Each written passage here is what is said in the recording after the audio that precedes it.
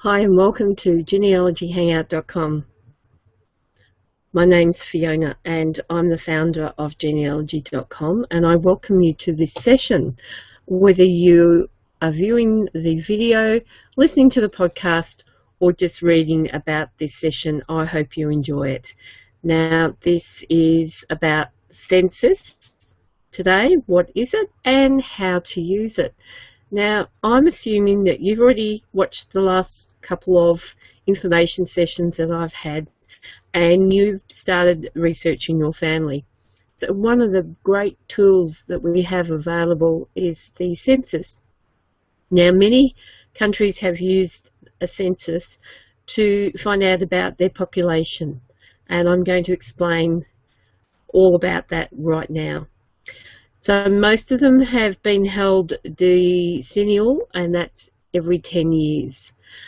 Be aware as a beginner, however, that you don't assume that just because you found someone with your name that you're researching that you're related to them. That's probably a big no-no. So what you need to do is gather the information and get even more information that you can check back with, and make sure that you find other members of the family that you're aware of. There may be some naming patterns, and you can cross-check that with other certificates and other verified information. Remember that we've already covered birth certificates and registration and marriage certificates and registration. So you need to do that. Now, in the UK in particular, you might find some family that live in a very grand home. Now, be aware that they could well be domestic staff working for the family and not the noble family themselves. So in the UK, I'm going to cover the UK, the US and Australia. In the UK, the census started from 1801 and they were every 10 years from then. So it's 1801, 1811, 1821, 1831. Now, they only counted the head of the family, so there wasn't much other information for you. So from 1841 to 1911, there's lots and lots of information. All of those census are indexed and they are available online. So you should be able to find a great run, but that doesn't always happen. So persist, and I'm going to tell you a little bit more about how to find those tricky people in the next episode. So stay tuned. And the census in England, there was no census in 1941 because of World War II. The country was under bombardment and nothing happened that year.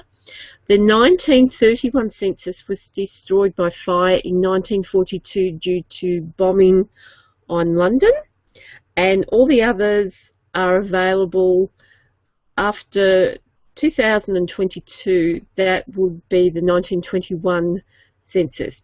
After the 1911 census, there was a 100-year rule that passed for privacy of the people's information. So the next one available will be 2022. So that's a little while yet. So that was the UK. Moving on to the US. Now, the US had their first census just after the American Revolution. In 1790 was the first, and the last one that they had was in 2010. So they've just had one a few years ago. Their next one is in 2020, and they were pretty much population census from 1790. But after 1840 to 1850, all the members of the households were named in the census. And in the 1851 was the first slave schedule, which originated in 1850, with the second and the last slave schedule in 1860.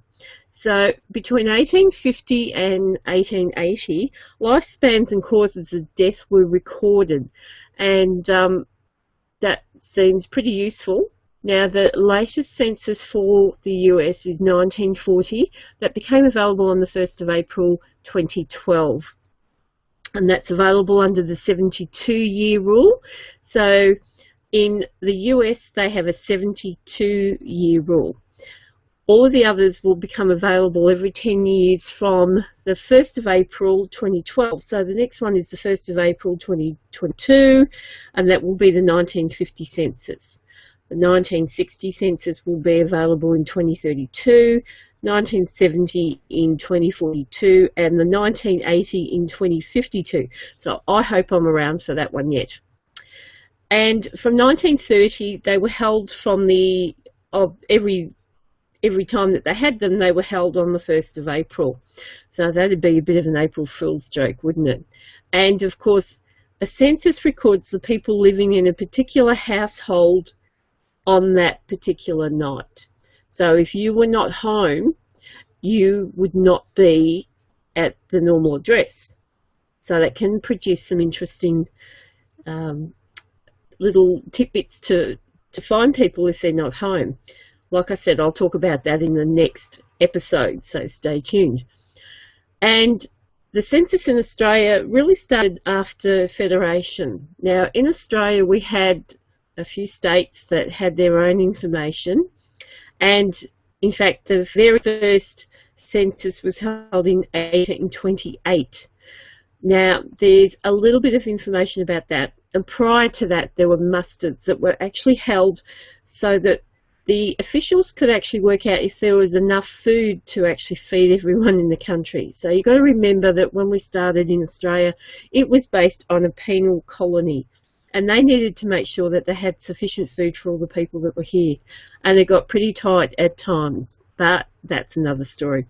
So this census in Australia started from 1901 and really went to 1911, 1921, 1931, 1941, 1951 and 1961. So they were every 10 years. But then after 1961, there was a change and they started doing a census every 5 years. So that information isn't available at the moment. In Australia, we have a 100-year rule. And in fact, up until about 10 years ago, all the census information, once it was actually collated, was destroyed. Sad but true. So 10 years ago, the Australian government actually gave people a choice whether or not their information was kept for 100 years and then released to the public. So in 2104, I think it is, my information, or 2105, I can't remember now, but my personal information will be released to the public, but my partners and my daughters won't. They chose not to release it. So that's a little bit sad from the family historian point of view, but that's how it goes. So with the Australian census, we had one, there was an 1828 one that I've mentioned, and there was another census in 1881, and that was actually tied up with the UK census at the time.